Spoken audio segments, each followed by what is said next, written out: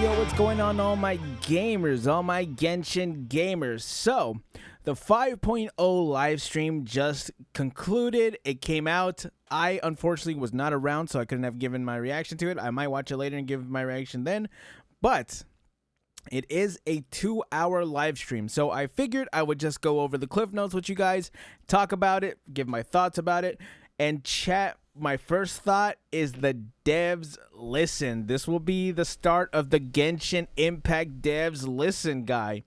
You can now finally get a selectable 5-star. Now, does the selectable 5-star mean anything if you're late in the game like I am, who is AR level 60 for the past I don't know how many years? Not really. These characters all kind of suck. Now, I would like to have, I'll probably pick Dehya Kitching, but it's not so much, you know, it's not so much that it's going to benefit an experienced player because you have a lot of characters already, and these characters don't really do much for you. But nonetheless, it is nice that that we finally get a 5-star. Plus, on top of that, we are going to get a 5-star every year for every anniversary celebration from here onward. You know, I might not want these characters, but I'm all about it, chat. Maybe I'll get my Kuching to C6 finally, or my Dehya, either or, chat. You know, I'm all about it. You know, right here are the anniversary benefits. You know, you log on, get an actual 10 pull, chat. It is finally happening. This is not a drill. This is not a 2 pull or 3 pull. It is a 10 pull. Now, the 10 pull isn't all at once. It's going to be login, accumulatively, blah, blah, blah, blah. You guys know the drill with that. A gift for New Horizon. And thank you, materials. They're also giving us 1600 Primo Gem, Sanctifying Elixir. I will get into that later. You will like where that is going. And it is going somewhere very, very nice. And they're also having the top-up bonuses, blah, blah, blah, blah, blah. You know, all this other stuff. They added a new mechanic called Capturing Radiance. Now, to explain the Capturing Radiance, I'm actually going to switch to this slide over here. It is a new mechanic for wishing. It will be available soon. There is a chance of triggering it if you do not get the guaranteed 5-star on the banner. So if you lose the 50-50, there's actually a chance that you will, in fact, still get the 5-star. I think that's pretty cool. They've actually done a lot of optimization to the wishing. They've also done another thing with the epitomized path for weapons. So weapon requirements to get the weapon, if you fail it, will now be going from 2 to 1. So if you fail it the first time, you can get it the second time, guaranteed, chat. I'm all about it. Now, one thing I do want to talk about is the Sanctifying Elixir, right? So they have this new update coming out here. Let me pull it up real fast.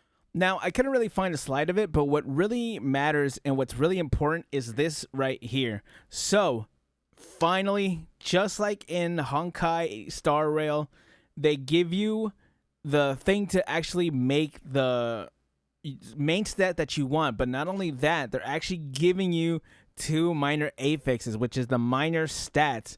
So hold on, let's see if we can get through it here in this video. So you can check your hydro bonus damage, and then you can have crit rate and crit damage. That's really sick.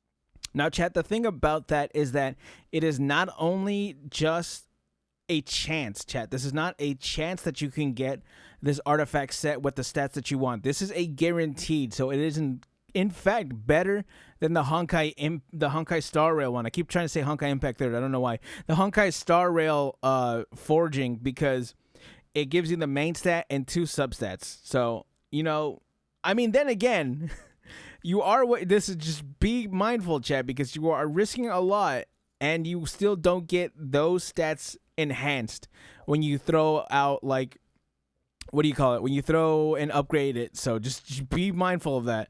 Don't be like, oh, they said that they were going to guarantee upgrade this. No, they're not upgrading. The upgrade is not guaranteed. Making it is guaranteed. Then after that, it's between you and RNGesus. Complete the version 5.0 Natlan quest within the designated duration to get another 500 primos. So they're kind of throwing a lot of primos, and I think that's pretty cool. I'm not, you know me, Chan. I'm not upset at getting free primos. I'm all about it. By making offerings to statues of the Seven, the Talon, and Natlan, as well as opening shrines of the depths, you will be obtaining more primo gems rewards Regions total rewards increased by over 1,600 primos. So there's a free another free 10 pull right there. Now, it's not exactly telling you how much you're gonna get out of it, but you know, whatever you were gonna get out of it originally, you now get 1,600 more. Now we don't know how much you were gonna get originally, but I guess after 5.0, if you reach the stamina cap, you can increase your stamina limit by making offerings to statue of the 7 of any region. I do like that because I myself did not know that I was actually not capped down on stamina, because I would go to other regions and all this stuff, and I completely forgot to get everything in Liyue. It was actually my last region where I had to get everything so I can get my full stamina. I think that was last year. I don't know. Day 1 player, by the way. Day 1 player, and I still didn't get it all. Anyways. Free selecting among 4 types of enhancement resources. At the start of the Battle Pass period, you can freely select 3 out of the 4 enhancement materials: Mora, Mystic Enhancement, or Adventure Experience, or Sanctifying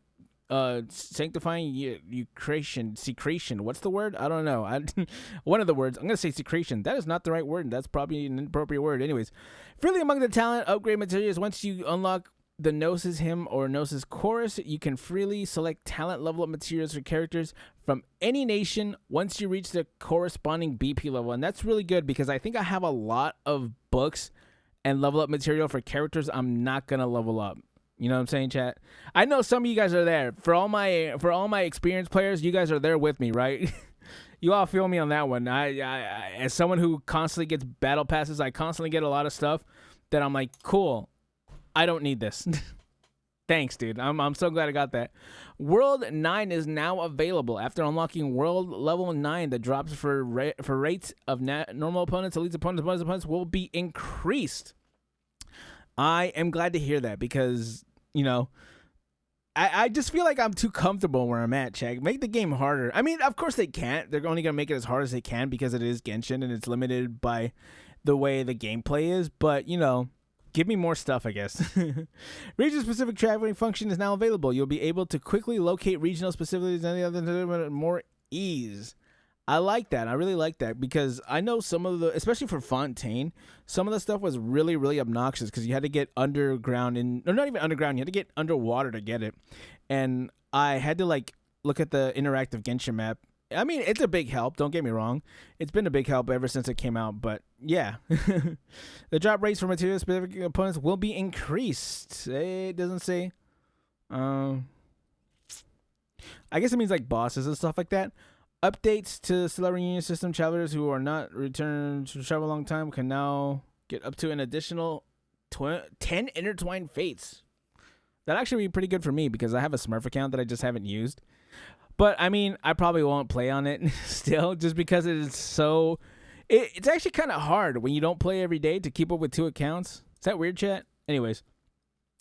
Archon Quest and Natlan now support Quick Start. Once you complete certain Archon quests and Liyue reach rank 28, you can quick start an event interfering to experience to Natlan Archon quest. So that is more for like new players, or not even newer players, but like players who just don't want to keep going with what they're doing at the current moment, so they can make it to the Natlan story, and they can actually get to the story, so they can get the rewards and stuff like that, because some of these rewards are time gated, like the 500 primos and stuff like that. So if you skip ahead, I really don't blame you. Plus, you know,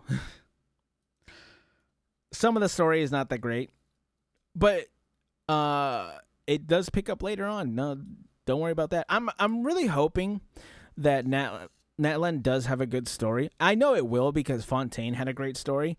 I assume this one's going to be just as good, and it's revolving more around the Abyss and, you know, Maverick. God, I can't remember her name. Her versus the Capitan, stuff like that.